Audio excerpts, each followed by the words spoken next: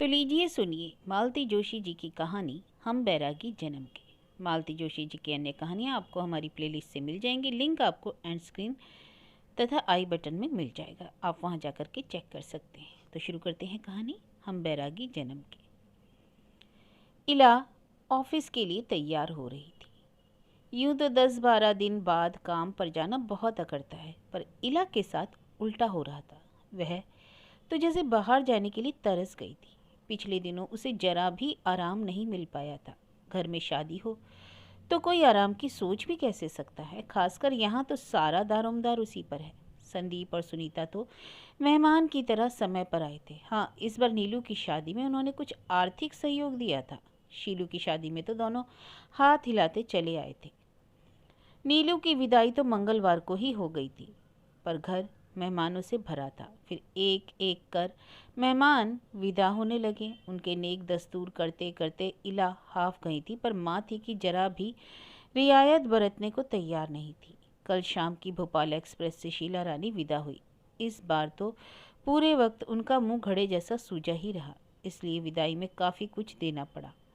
आज शाम 4 बजे अमरकंटक एक्सप्रेस से संदीप जा रहा है। बैठक में संदीप माँ के पास बैठा उन्हें दवाई आदि नियम के लिए हिदायत दे रहा था, पर माँ एक ही राग अलाप रही थी। अब मुझे दवाई लेकर क्या करना है भाई, मेरे तो सारे काम पूरे हो गए। अब मौत कल आ रही हो तो आज आ जाए, तैयार तो बैठी हूँ। इला को एकदम ताव आ गया। साड़ी की पटलियाँ ठीक करते हुए बाहर आ गई। बोली, वो बेचारा ठीक से कुछ समझा रहा है तो सुन लो ना, एकदम मरने जीने पर उतरने की क्या ज़रूरत है। तो मैं तो ठीक ही तो कह रही हूँ, एक नीलू की शादी की ही तो फिक्र थी, सो निपट गई। अब भगवान जब मर्जी हो बुला ले। मान लो भगवान जी तुम्हें पहले ही बुला लेते तो क्या नीलू की शादी नहीं होती। माँ अवाक उसका मुंह देखती रही। किसी के रहने ना रहने से कोई फर्क नहीं पड़ता माँ, कोई काम नहीं रुकता, जैसे तैसे हो ही जाता है। अब बाबूजी ने रहे तो क्या फ़र्क पड़ा, तुम्हारे बच्चे लिखे पढ़े, उनकी शादी भी हो गई, अब क्या बाकी रहा। तो तू जताना क्या चाहती है, माँ ने कहा कि सब कुछ तूने किया है। मैं कुछ जताना नहीं चाहती, सिर्फ बताना चाहती हूँ कि मरने की इतनी जल्दी ना मचाइए माता श्री। आपके सारे काम अभी पूरे नहीं हुए, आपकी एक और लड़की अभी अनब्याही बैठी है। माँ का चेहरा फीका हो गया। संदीप भी हतप्रभ रह गया।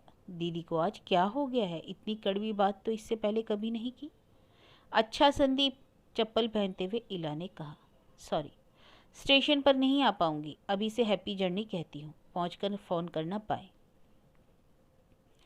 जब तक संदीप को होश आता कि वह उठकर दीदी के पैर छू ले, तब तक तो वह अपनी एक्टिवा पर सवार होकर सड़क की भीड़ में गुम हो चुकी थी।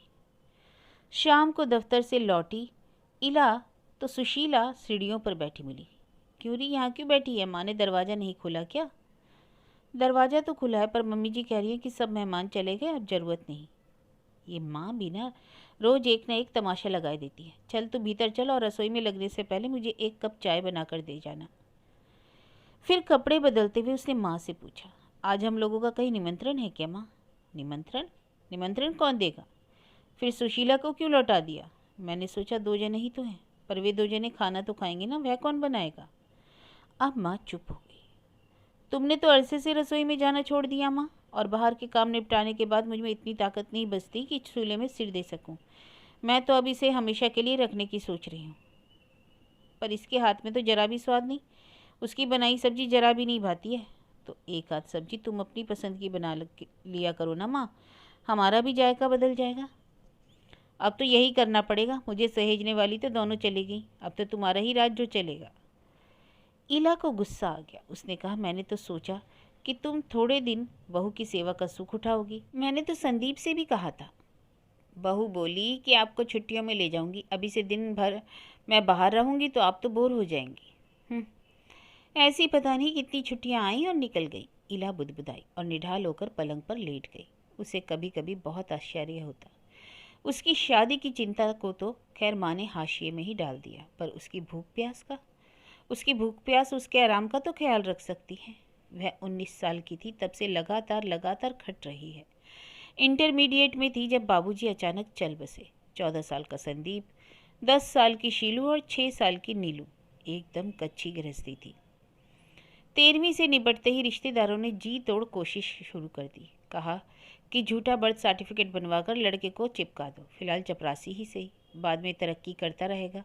पर अपने इकलौते बेटे के लिए बाबूजी ने बहुत से सपने देखे थे। उन सपनों को पूरा करने का बीड़ा इला ने उठा लिया और उसे अनुकंपा के आधार पर नौकरी भी मिल गई। इन 20 वर्षों की कहानी उसके अथक परिश्रम, त्याग और तपस्या की कहानी है। अपने तीनों भाई बहनों को उसने अच्छी शिक्षा दी। भाई को तो इंजीनियर बना दिया। तीनों की शादियां यथाशक्ति धूमधाम से की। आज दफ्तर में सब लोग उसकी तारीफ कर रहे थे। जो लोग उसके इस कठिन प्रयास के साक्षी रहे थे, उनके पास तो प्रशंसा के लिए शब्द भी नहीं थे। वह उन लोगों को कैसे बताती कि तारीफ तो सभी कर रहे हैं, पर उसके अपने ही तो उससे खुश नहीं है। माँ इसलिए नाराज है कि नीलू के लिए किसी ने लड़का ढूंढने की जहमत नहीं उठाई, इसलिए उसे खुद ढूंढना पड़ा। उसकी लव मैरिज को वह अपना घोर अपमान समझ रही है। शीलू भी पूरे वक्त मुंह फुलाए घूमती रही। उसका कहना था कि उसकी शादी तो जैसे तैसे निपटा दी, अब नीलू की शादी में देखो कैसी टीम टाम हो रही है। और नीलू को यह बुरा लगा कि उसने अपने लिए इतना अच्छा सा घर वर ढूंढा, पर घर वालों ने उनकी कोई कदर नहीं की, न ढंग से स्वागत सत्कार किया, न ठहरने की ठीक से व्यवस्था की। संदीप की बहू अलग नाराज थी कि हमारे वक्त तो रिसेप्शन के लिए भी पैसे नहीं थे, अब लड़कियों के वक्त क्या तिजोरियां खुल गई। अब उसे कौन बताता कि इस रिसेप्शन का खर्चा संदीप ने उठाया है, उसकी तो औकात ही नहीं थी। पर यह कहना भी मुश्किल था, क्योंकि संदीप ने सख्त हिदायत दे रखी थी कि सुनीता को इस बात की हवा नहीं लगने दी जाए, नहीं तो वह मुझे खा जाएगी। इन आरोपों प्रत्यारोपों के बीच यह आशा करना तो व्यर्थ ही था कि कोई उससे कृतज्ञता के, सहानुभूति के 2 शब्द कहेगा। जहाँ उपकार का एहसास ही नहीं, वहाँ कृतज्ञता कैसी। वे सब तो जैसे मानकर चल रहे थे कि जो मिल रहा है वह उनका हक है। वे जैसे भूल ही गए थे कि उसके पास भी एक मन है जिसमें कोमल भावनाएं हैं, जो प्यार की अपेक्षा रखता है। वह तो जैसे पैसे कमाने की मशीन होकर रह गई है। रात में खाने के बाद माँ टीवी के सामने जाकर डट गई। इला ने भुनभुनाते हुए किसी तरह रसोई समेटी और बैठक वाले कमरे में झाँक कर कहा, माँ मैं सोने जा रही हूँ, तुम दरवाजे वगैरह बंद कर लेना। इलू जरा सुन तो। इलू? इला एकदम चौंक गई। महारानी जी, मैम साहब की जगह बाकायदा इलू? सारे मतलब तो निकल गए। अभी है मक्खन मिश्री किस लिए? हाँ बोलो। कमर पर हाथ रखकर वह सामने खड़ी हो गई। अरे जरा बैठ तो। वह धम से कुर्सी पर बैठ गई। जल्दी बोलो माँ, मुझे बड़ी जोर की नींद आ रही है। संदीप कह रहा था। माँ इतना बोलकर कुछ देर चुप रही। इला भी चुप बनी रही। संदीप कह रहा था कि एक बड़ा फ्लैट लेना चाहता हूँ। यह तो बड़ी अच्छी बात है, बड़ा घर ले लेगा तो कभी कभार तुम्हें भी बुला सकेगा, कम से कम छोटे घर का बहाना तो खत्म हो जाएगा। माँ ने उसकी व्यंग्यात्मक टिप्पणी पर कोई ध्यान नहीं दिया और आगे कहा, कह रहा था उसके लिए लोन लेना पड़ेगा। सो तो लेना ही पड़ता है, पर कह रहा था लोन ऐसे ही नहीं मिल जाता, प्रॉपर्टी गिरवी रखनी पड़ती है। इला कुछ नहीं बोली, सिर्फ माँ के बोलने की प्रतीक्षा करती रही। कह रहा था कि मकान की रजिस्ट्री मेरे नाम कर दो तो लोन मिलने में आसानी हो जाएगी। कर्जा पड़ जाने के बाद मैं रजिस्ट्री लौटा दूंगा। अब समझ में आया कि भाई साहब सोमवार को ऑफिस गोल कर यहाँ क्यों टिक गए थे। तुमने कुछ जवाब नहीं दिया। मैं क्या जवाब दूँ, तुम्हारा घर है, जिसे मर्जी आए दे देना। अच्छा मैं सोने जा रही हूँ। और वह तैश में उठकर अपने कमरे में चली आई। उसका पूरा तन बदन जल रहा था। समझ गई कि नीलू की शादी में जो पैसे दिए गए वह महज एक रिश्वत थी। उसका मन वितृष्णा से भर उठा। कभी कभी वह कल्पना किया करती थी कि माँ के बाद घर का बंटवारा हो रहा है। उसके तीनों भाई बहन कह रहे हैं कि हमें कुछ नहीं चाहिए। हमारी दीदी ने अपनी पूरी जिंदगी हमारे लिए होम कर दी। इस घर पर उनका केवल उनका हक बनता है। पर भाई लोगों ने तो माँ के मरने का इंतजार भी नहीं किया, सब कुछ पहले ही सेट कर लेना चाहते हैं। सुबह उठी तो उसका मूड बेतरह उखड़ा हुआ था। माँ से आजकल संवाद वैसे ही कम हो गया था। आज तो उसने बात भी नहीं की। देरी का बहाना कर बिना खाई दफ्तर चली गई। वहाँ भी काम में मन नहीं लगा। बार बार यही सोचती रही कि क्यों खट रही है वह और किसके लिए खट रही है। लंच टाइम में संदीप का फ़ोन आया। दीदी हम लोग समय से पहुँच गए थे, पर ऑफिस जाने की हड़बड़ी में फ़ोन नहीं कर पाया। कोई बात नहीं, माँ को फ़ोन ज़रूर कर लेना, चिंता करेंगी। माँ को तो शायद सुनीता ने घर से निकलते हुए लगा ही दिया था। मैंने कहा मैं दीदी से इत्मीनान से बात करूँगा। संदीप, माँ बता रही थी कि तुम फ्लैट खरीदने की सोच रही हो। हाँ दीदी, जितना किराया हर महीने भरता हूँ उतनी किस्त से तो इससे बड़ा फ्लैट मिल जाएगा और ज़रूरत भी है, यह घर छोटा पड़ने लगा है। यह तो अच्छा सोचा है तुमने, बड़ा घर लोगे तो माँ भी तुम्हारे पास रह सकेंगी। यहाँ तो अब उन्हें बोर ही होना है, वहाँ बच्चों में मन लगा रहेगा। बड़ा घर लेना इतना आसान काम थोड़ी है दीदी। Main problem is finance. तो यह घर बेच देते हैं, कुछ लोन ले लेना। क्या हम घर बेच सकते हैं? संदीप के स्वर में उत्सुकता थी।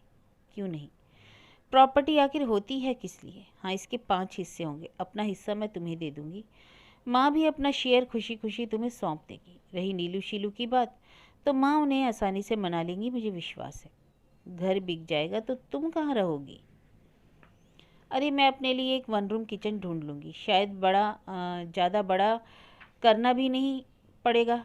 मुझे क्या काम है, माँ तुम्हारे पास रहेंगी तो यहाँ आवाजाही वैसे ही कम हो जाएगी। नीलू शीलू भी जब तक माँ से मिलने आएंगी तो तुम्हारे घर ही आएंगी। मैं छोटे से घर में आराम से गुजारा कर लूँगी। माँ क्या मेरे पास रह पाएंगी? संदीप के स्वर में हिचकिचाहट थी। रहना तो उन्हें पड़ेगा ही, इला ने दृढ़ता से कहा। देखो संदीप, मैं कुछ दिन शांति से रहना चाहती हूँ। जब से होश संभाला है तनाव में ही रही हूँ। घर का खर्च, माँ की बीमारी, तुम लोगों की पढ़ाई, बहनों की शादी, रिश्तेदारों के नेक दस्तूर, यह सब करते करते 40 साल में बुढ़ा गई हूँ। जब से नौकरी शुरू की है कर्ज की किस्तें ही पटा रही हूँ। ये नीलू की शादी वाला भी अभी 2-3 साल तक चलेगा। उसके बाद मैं अपने लिए, सिर्फ अपने लिए जीना चाहती हूँ। हो सका तो 4 पैसे जोड़ना भी शुरू कर दूंगी ताकि बुढ़ापे में अपने लिए एक मुकम्मल छत का तो इंतजाम कर सकूं। उसे लगा कि संदीप पलट कर कहेगा उसे कुछ। दीदी, तुम्हें अलग छत की क्या ज़रूरत है, मेरा घर है तो। पर उस और शांति बनी रही। शायद उसकी बोलती बंद हो गई थी।